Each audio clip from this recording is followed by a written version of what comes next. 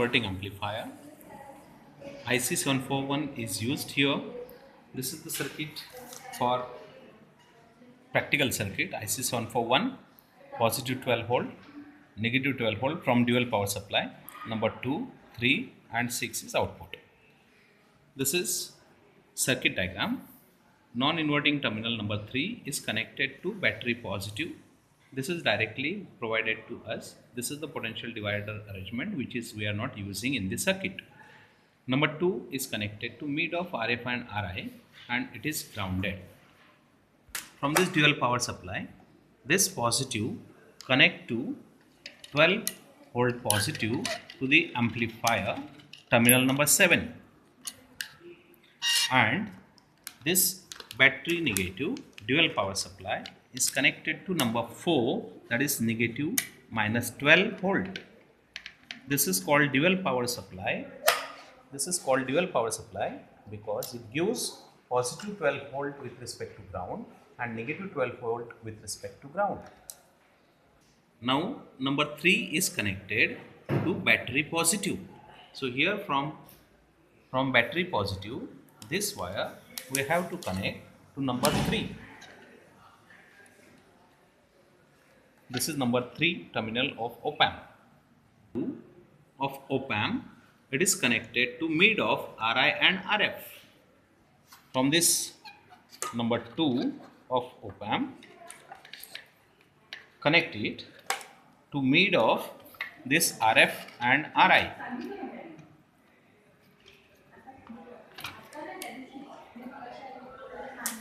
Terminal of RI is grounded.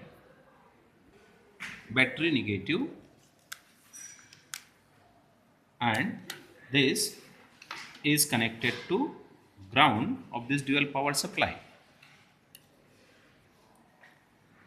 This RF terminal is connected to number 6.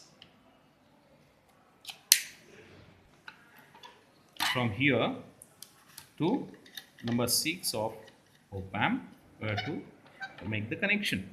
This RF and RI, again it is 1 kilohertz and 1 kilohertz. So ratio of RF and RI, that is gain, is equals to 1. The output of this non-inverting amplifier is VO equals to VI into gain. So gain is RF upon 1 plus RF upon RI, 1 plus 1 upon 1. So it is twice of VI. So output is theoretically expected twice of input with same sign without change of the phase. Pin at voltage, black at common, and we have to measure input and output voltage with the help of this. Black wire permanently connect at ground.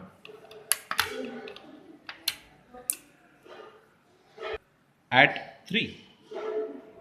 Number 3, it shows the input voltage of the battery.